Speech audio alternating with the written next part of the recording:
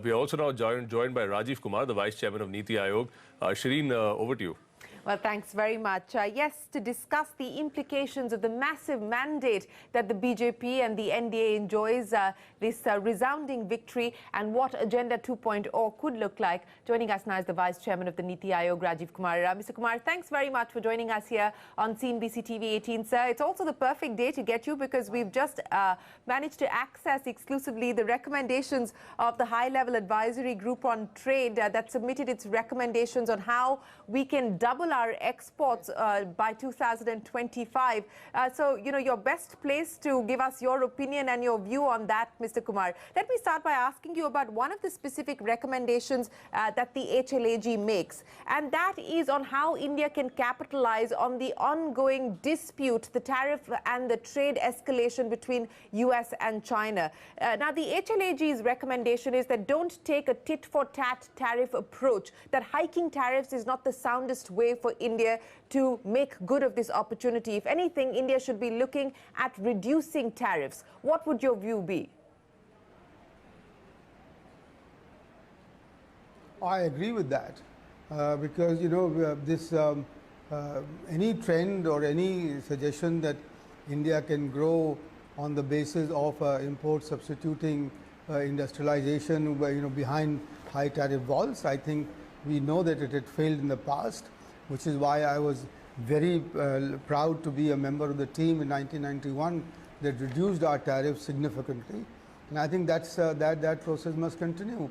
In any case, tit-for-tat tariffs are not for us. The fact remains that, for example, in our textile sector, 80% of the 80% of world trade in ready-made garments is now made of man-made fibers. But we are not able to take part in that trade pretty much at all because our import duties on fabrics and yarns are very high, and the domestic cost of procuring these inputs is very high. So I completely agree with the high-level committee that India should be going for greater share of world markets. We are stuck at 1.68. We need to expand that. Our exports grew by barely 1.6% in the last 5 years. We need to change that, and we need to surely double our exports, if not more. And my target actually has always been to regain the rate of growth of 20% per annum for exports in dollar terms, and that's what we should be aiming for. Well, you're absolutely right, sir. If we want to double our export growth by 2025, we're going to have to grow by 10% year on year. And you're right that we're doing under 2%, and that's the story for the last 5 years. But if I could just pursue with that for just a second longer, you said you don't believe that tit-for-tat tariffs are the right approach. We saw, move towards higher customs duty, not just in the last budget, but even in the one previous to that, sir. Do you believe that there is an urgent need to review that? Well, I've not looked into those very, as specifically as I should have before commenting on it. But clearly you have to balance. You have to sort of make the transition in a balanced way, so that the domestic industry gets a fair enough warning that some things are about to happen. But at the same time, if you find, as I said, in the case of man-made fibers, that there are outstanding safeguards and anti-dumping duties and specific duties and high ad valorem duties, those need to be brought down right away. One of the other recommendations of the HLAG, sir, is something that the market is also hoping for. So let me get your point of view on that, and that is to cut down India's effective corporate tax rate. Do you believe that the time has now come for some bold action on that front?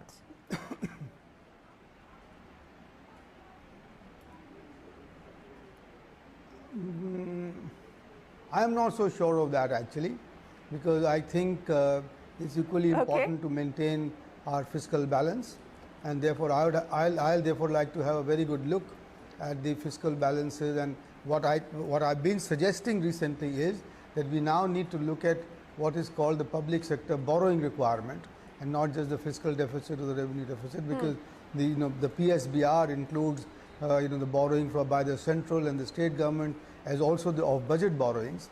And I think we need to look at that and need to make sure that that's within reasonable limits, because otherwise it completely preempts all the household savings, etc., that you do in the economy, and therefore that then pushes up the cost of credit to the private investor.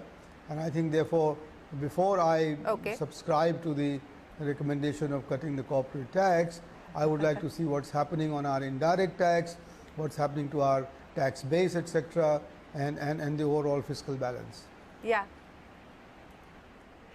Since you're speaking of fiscal balance, and this is something that you've been speaking of for the last few years since you joined government, on the need to not get weighed down by a specific fiscal deficit number.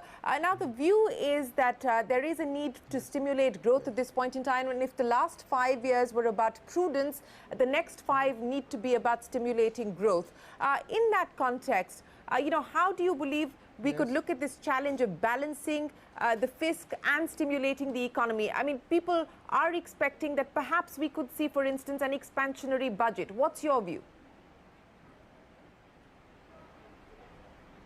No, we can achieve that if we find, because there are ways and means to find more fiscal space in our case. And the fiscal space, for example, will come, let's say, by redoubling our efforts at disinvestment. I see no reason at all for us to keep holding about 58% of government equity in public sector banks. Even within the existing laws, it can be brought down to 51%, and that will yield us, at current market valuations, which are not very good, unfortunately, about 80,000 crore.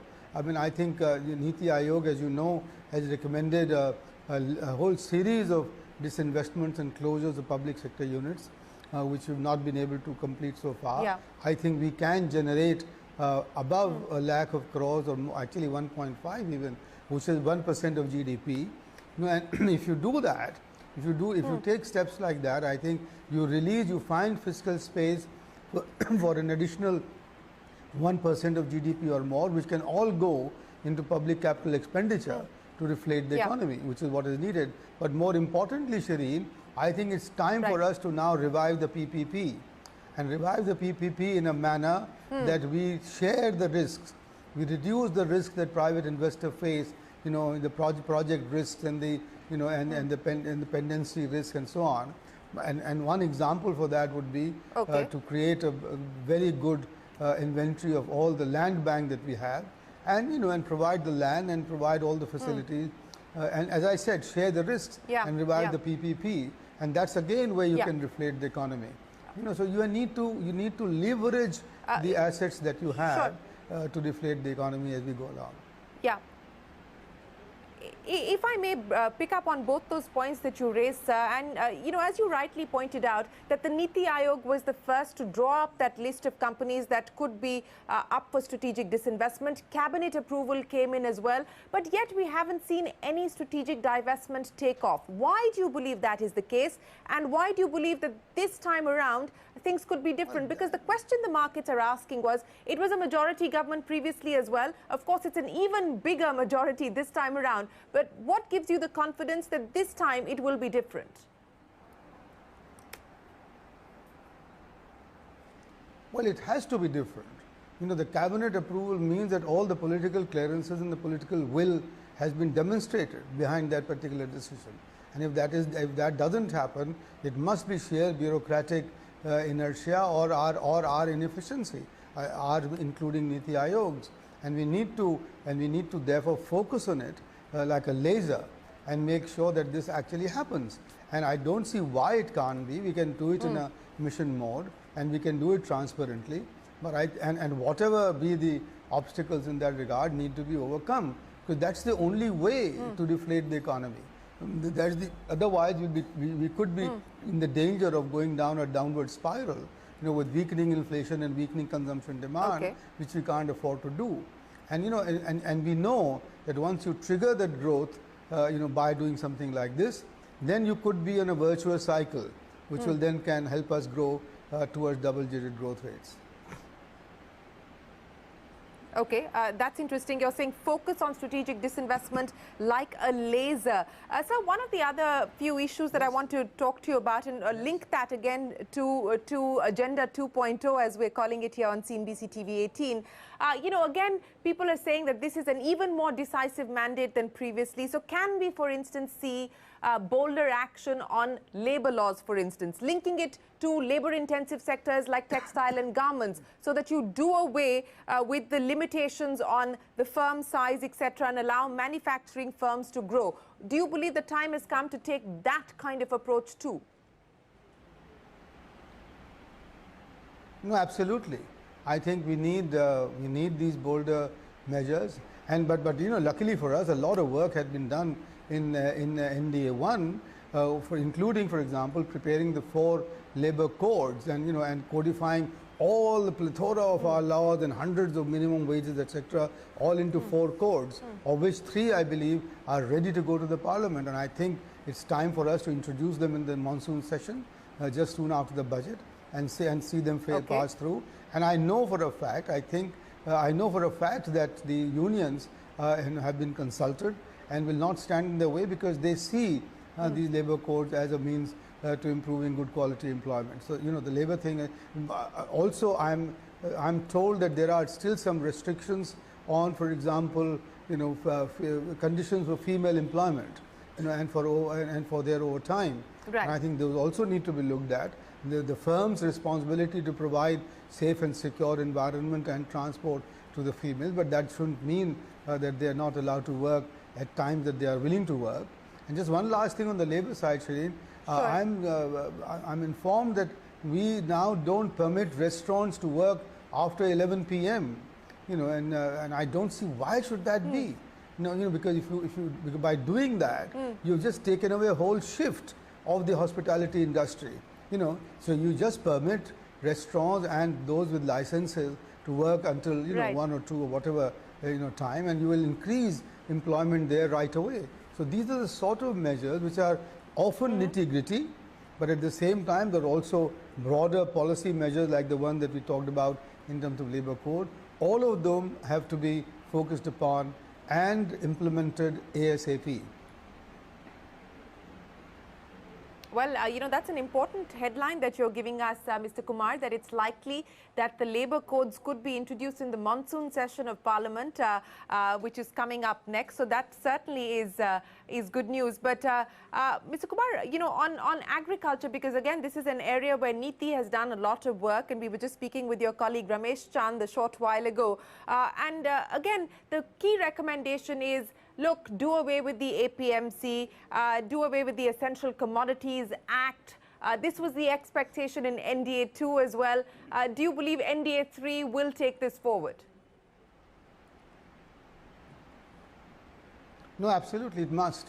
And even the last year, we had 2 meetings with principal secretaries of agriculture of all the states, and I have it on record on all of them saying that they would replace APMC with the APLM Act. They didn't give us a timeline, and we weren't able to force the issue. I think we should do that. The Ministry of Agriculture and NITI Aayog should work in tandem to try and make sure that the APMC Act is taken away of the statute books as quickly as possible, and that the Essential Commodities Act, which is limited now to a few commodities, is also taken off. And if there is some requirement of consumer protection, which I don't think is needed, because today India has emerged as a agricultural surplus economy rather than an economy full of shortages. Right. I think we need to change our mindset, that we have moved away out of thankfully grown out of food scarcity.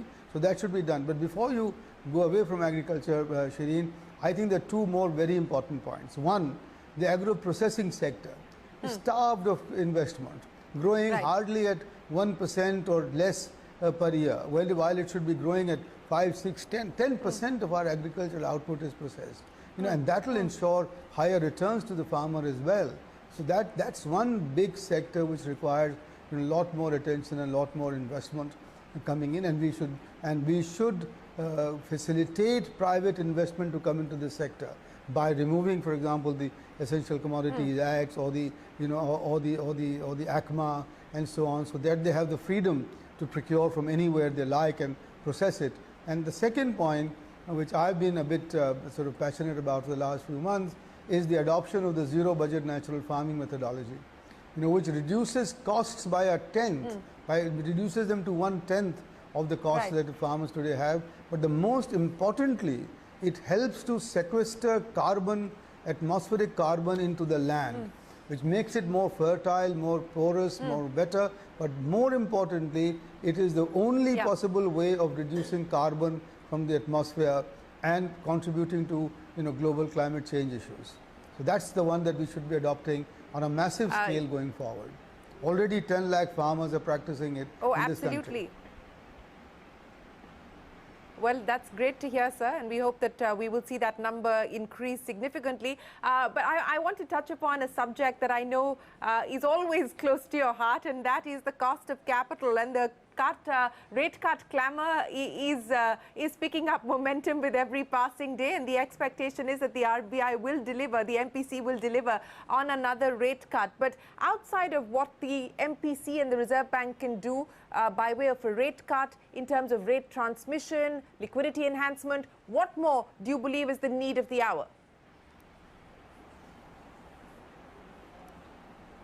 Shireen, rather than get into that that clamor and that momentum, let me point out to you that what we really need today in this country is much greater quantity of credit, much better access to credit. Our private debt to GDP ratio is 54%. Is 54%, while it's, for example, 150% in the US and 206% in China. And this just shows that there is a huge room for extending more credit in the economy, so that the private credit to GDP ratio rises, and that I think is due to lack of adequate amounts of credit in the economy. Now this requires, I think, one thing that it requires perhaps is to review our capital adequacy norms, which at the moment are 1% above the Basel norms. We require banks to hold what is called the common equity tier 1 at 5.5%, while the Basel committee requires it to hold it at 4.5%. This is the 22% higher than international norms. Now that will release some more capital, and then the CRR, which is the cash reserve ratio. I think if that goes, I think so. I would focus more on bringing more capital into the market rather than only talk about the cost of capital, which is very high, by the way. Okay, my final question to you. Yes, I knew you would say that, but let me end by asking you, Mr. Kumar, every ministry and of course the NITI also putting together its plan for the first 100 days. The 3 priorities for the first 100 days, sir.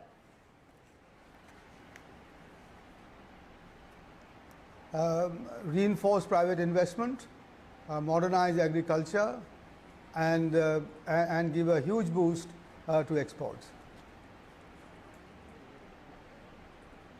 Well, that's a succinct list of what the NITI will be focusing on to achieve in the first 100 days. Mr. Kumar, yes, go ahead, sir.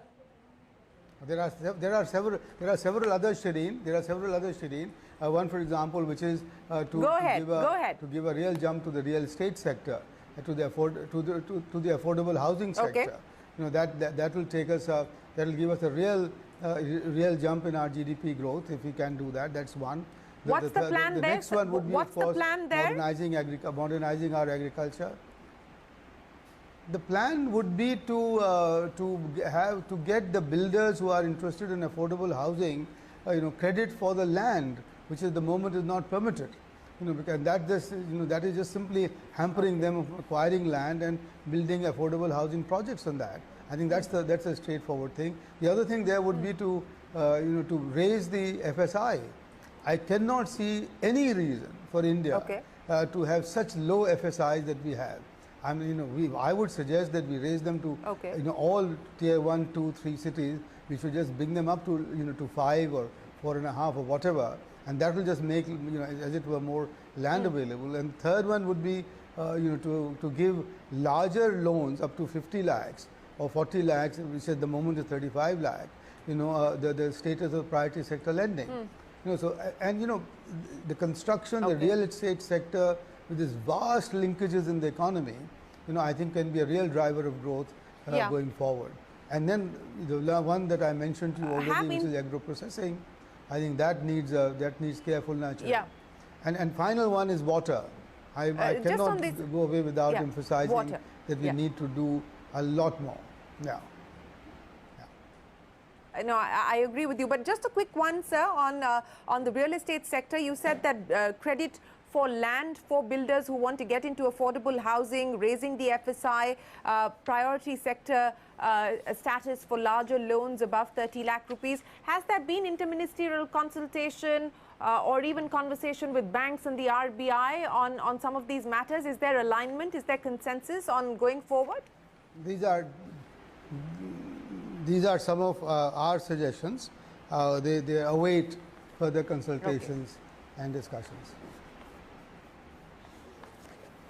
Mr. Kumar, always a pleasure. Thanks very much for joining us with your take on the priorities as the Modi government gets ready for its second innings.